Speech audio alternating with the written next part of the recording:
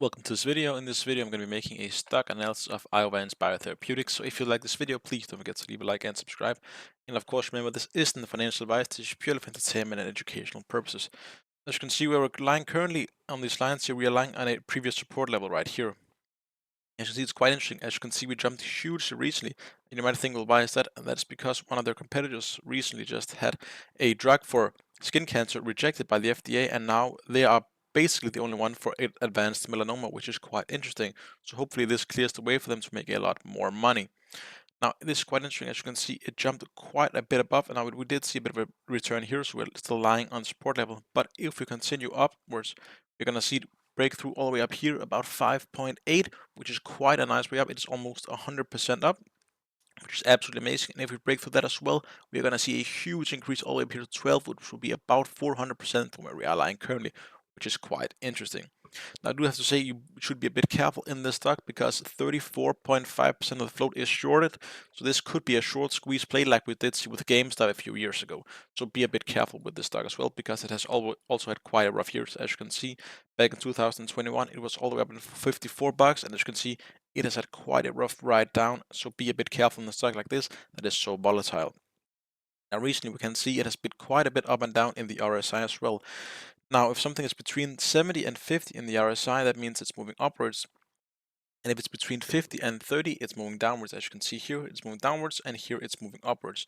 But recently we are seeing up here above 70, which means it's overbought, which means it's rising rapidly, which is quite interesting to see that after that, we only saw it move minus 4.8% today, and after market, it's only minus 0.64, which is quite a little, given that the fact that we are technically still up here in the overbought area, which is quite interesting given the early rises.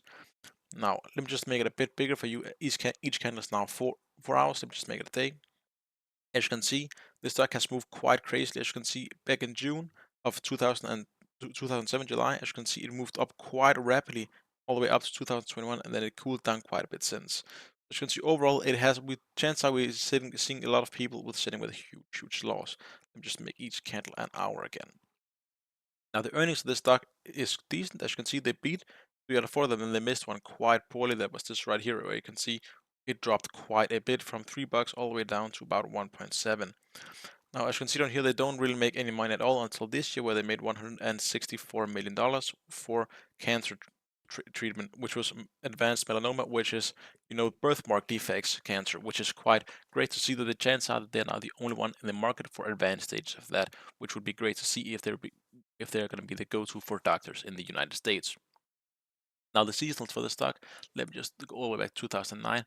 As you can see, it's a bit all over the place. Let me just make it a bit more readable by going to 2015.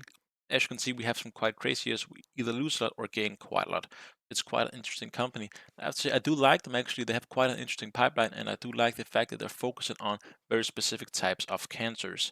So they have this one here for the melanoma one here, as you can see right here. This one is for the melanoma cancer, and they have another one, I do believe it's for skin cancer or something like that, which is also in the same gist of, skin and melanoma is basically the same thing. Now, as you can see, the technicals for the day, it's a buy, and for the month, it is a sell still, however, and that is because it's, as you can see, it is still quite volatile, and we have seen some huge rise and crashes, and we have some huge gaps in the stocks. As you can see here, we have a gap here, and we have a huge gap here and here as well, which the technicals can't take into consideration. And as you can see, we also see this huge fall here downwards, and we have barely any gaps here, which means the technicals can read this, but they can't read most of the way up, so be a bit careful about that. Now, the analyst rating of this, however, is quite amazing. As you can see, we have 6 strong buy, 4 hold, and 1 strong sell.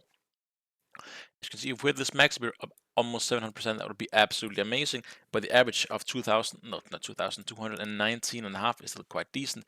And the worst one is minus 68%. I do think this is a bit too pessimistic given the fact that one of their competitors recently just had theirs denied by the FDA. So I do think they're in a really sweet spot for this to continue rising. And I do think next week we are going to see them jump quite a bit. I do think it's quite an interesting company.